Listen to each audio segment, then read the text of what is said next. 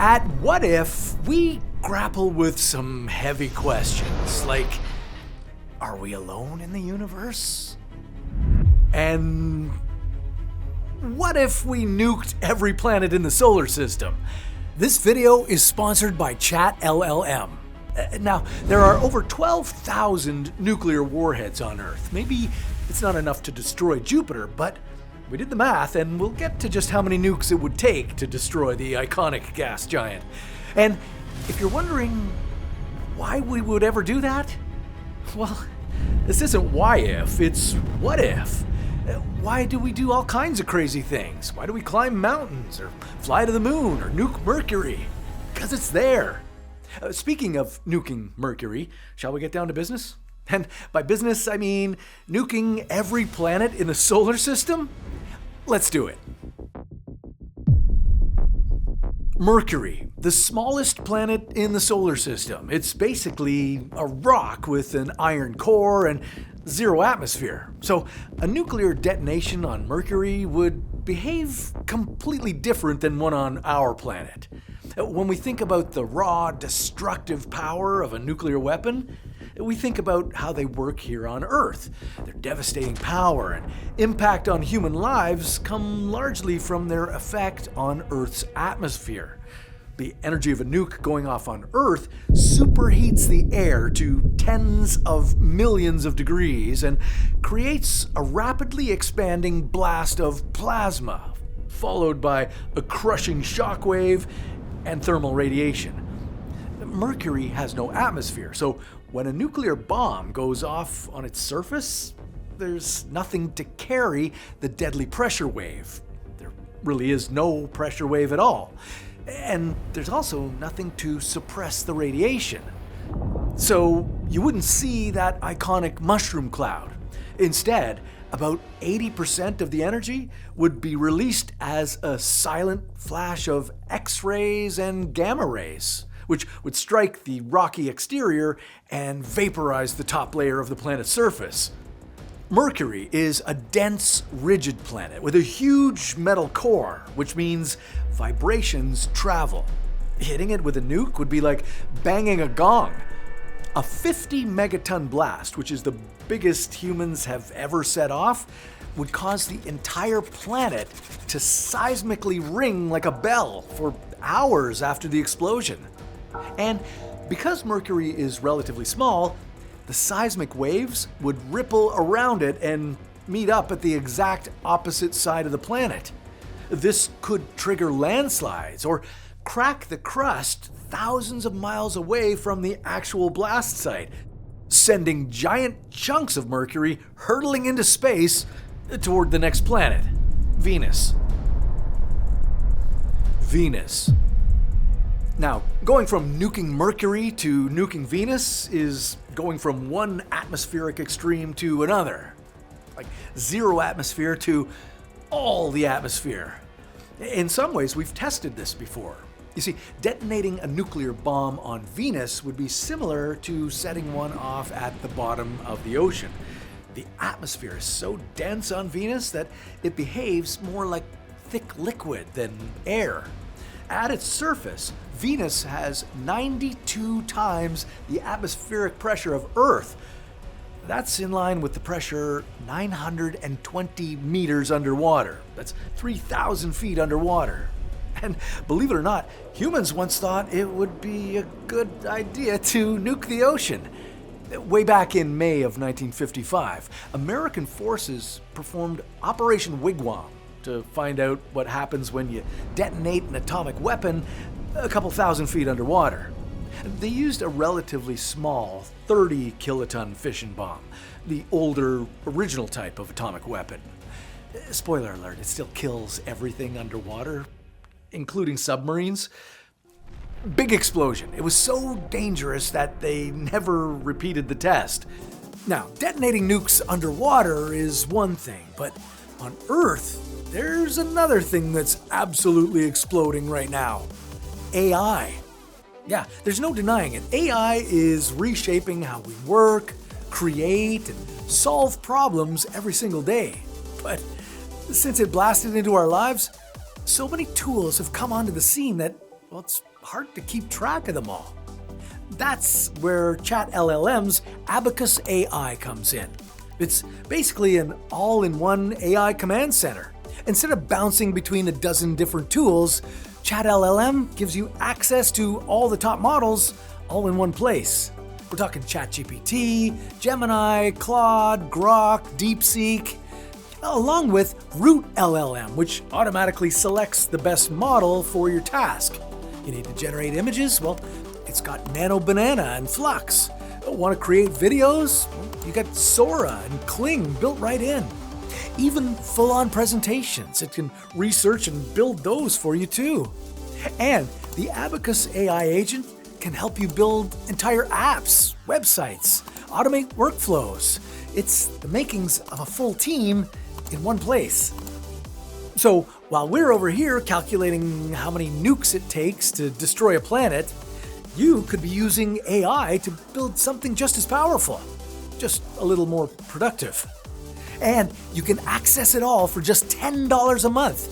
So if you want to check it out, head to chatllm.abacus.ai/WFI or click the link below. Okay, now let's get back to the exploding and stuff. That said, Venus's ocean-like atmosphere is 100 kilometers deep, 60 miles deep.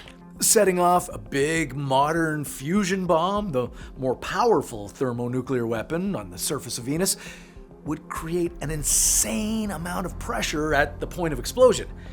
But the actual footprint of destruction would be tiny compared to on Earth. The pressure in the atmosphere would essentially suppress the blast. And Venus's atmosphere is already so hot, even our biggest bombs wouldn't nudge up the global temperature. It'd be like throwing a lit match into a house fire. Also, Venus is wrapped in thick clouds that would swallow most of the light from the explosion. So from space, you'd hardly see anything more than a brief flash.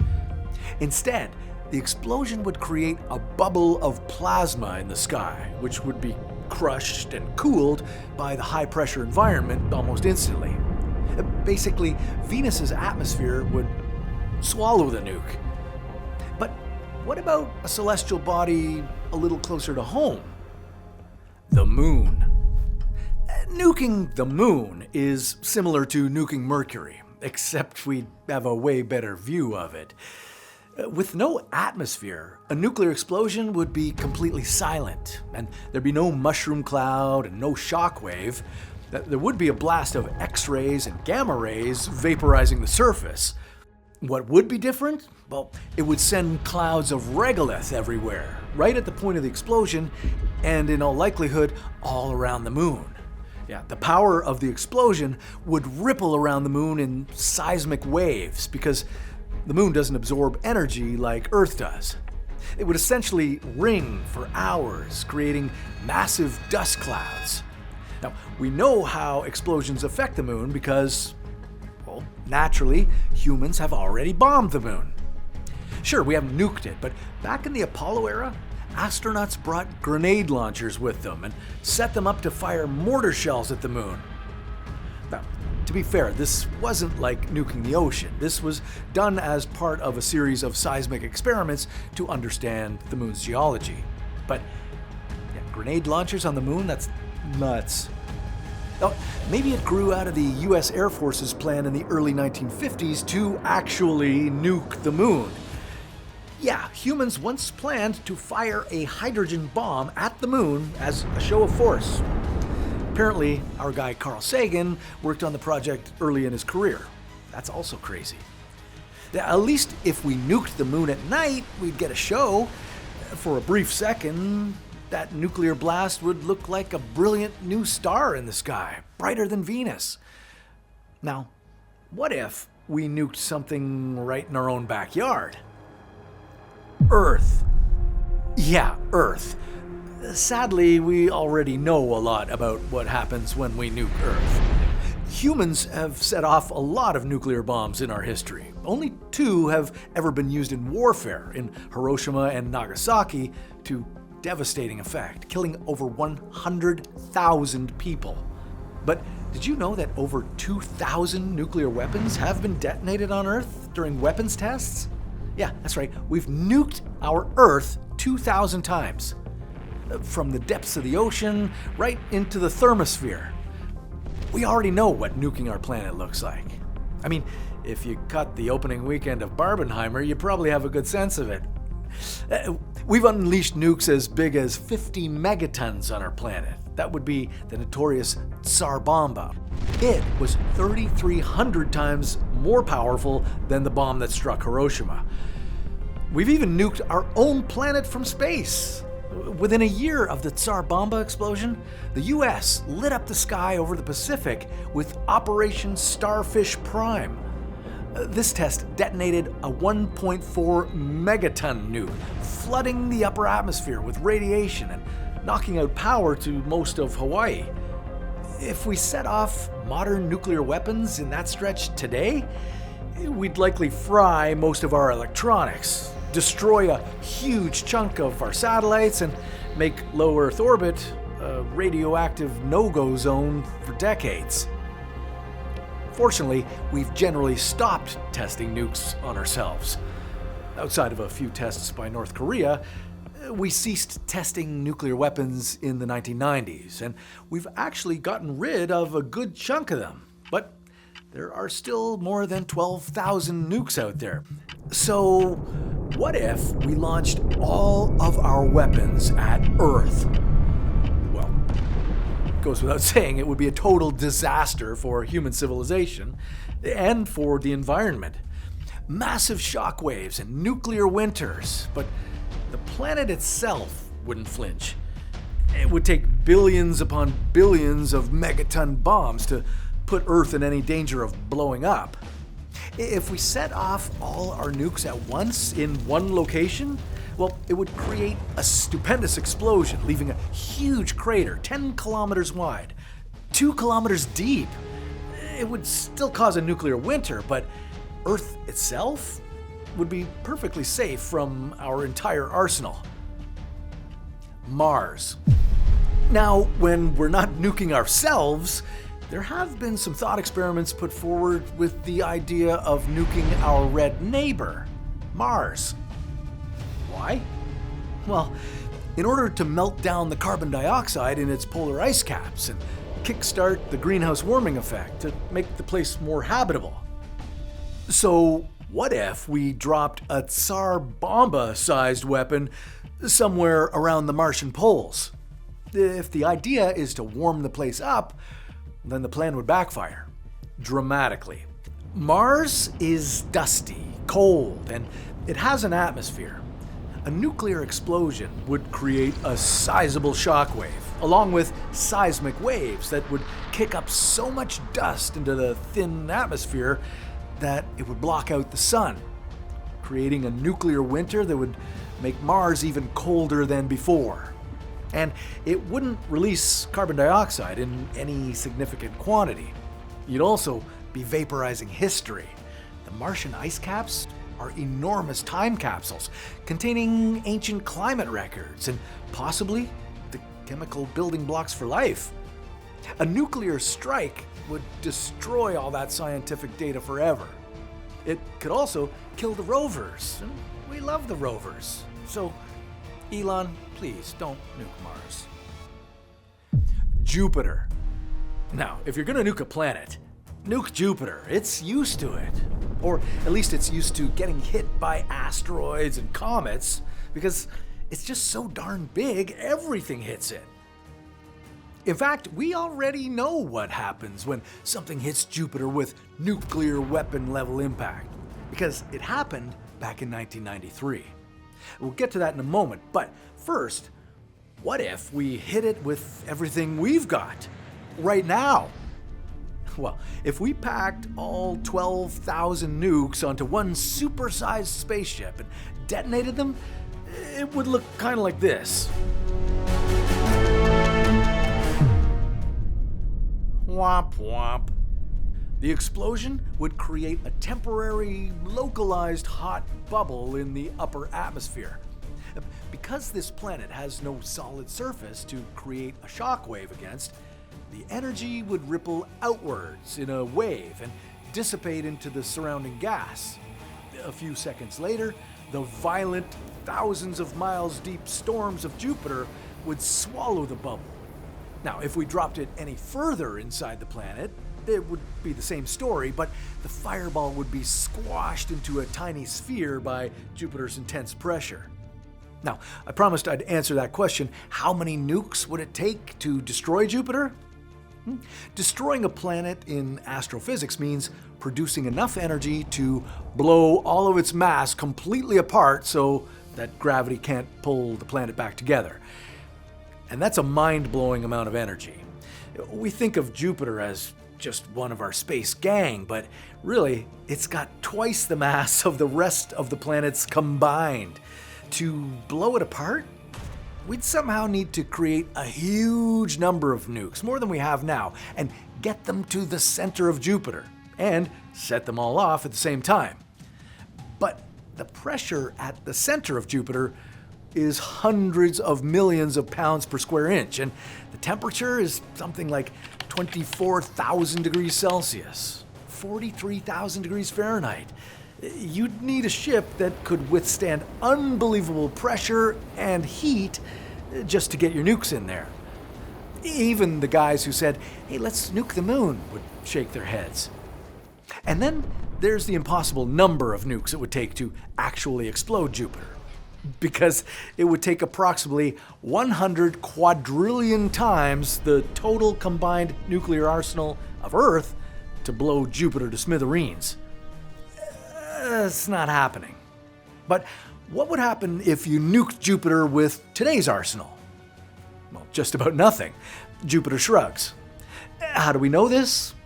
Because in 1993, we watched the comet Shoemaker-Levy plow into Jupiter with the force equivalent of 300 million atomic weapons, sending plumes 2,000 to 3,000 kilometers into the atmosphere.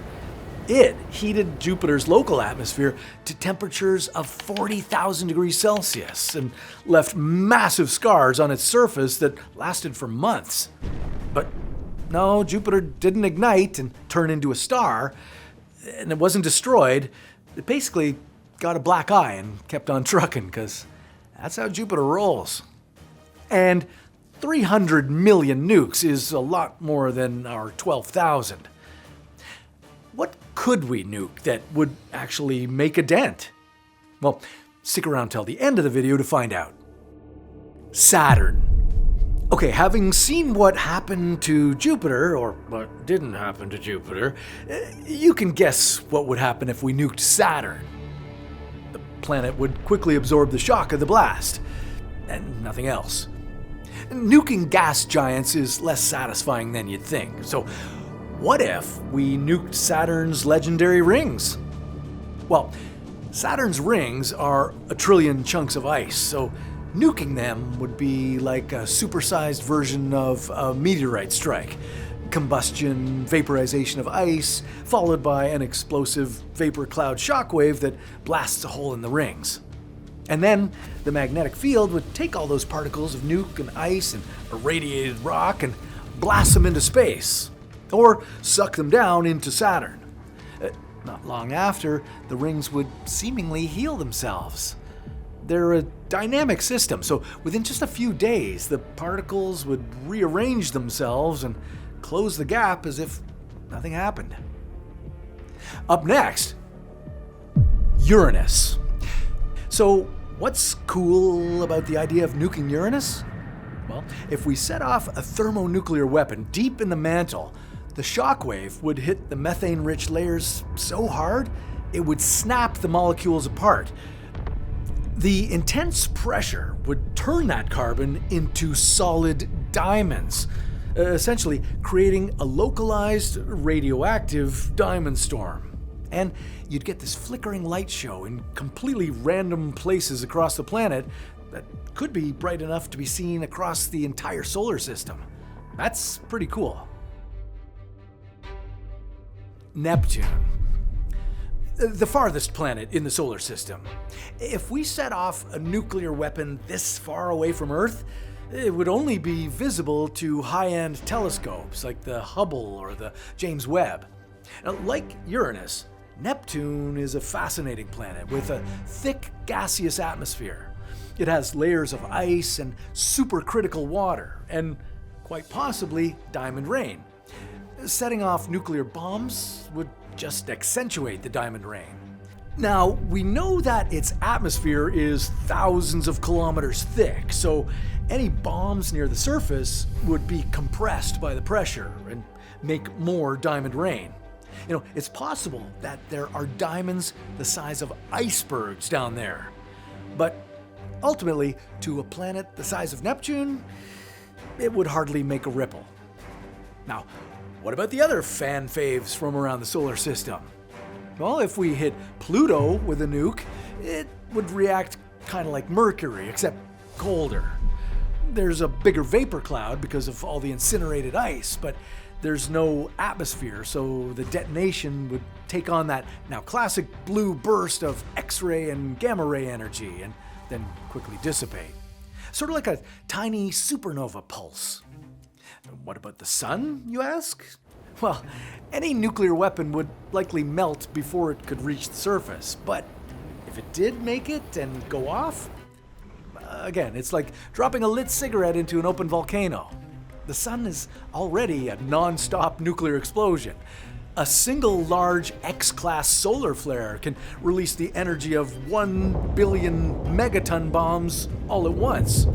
And even without a flare, the sun kicks out 1 billion times more energy than the largest nuclear bomb every second. So, useless. Which is wild. It seems that nuking a planet has nowhere near the effect that we'd really want.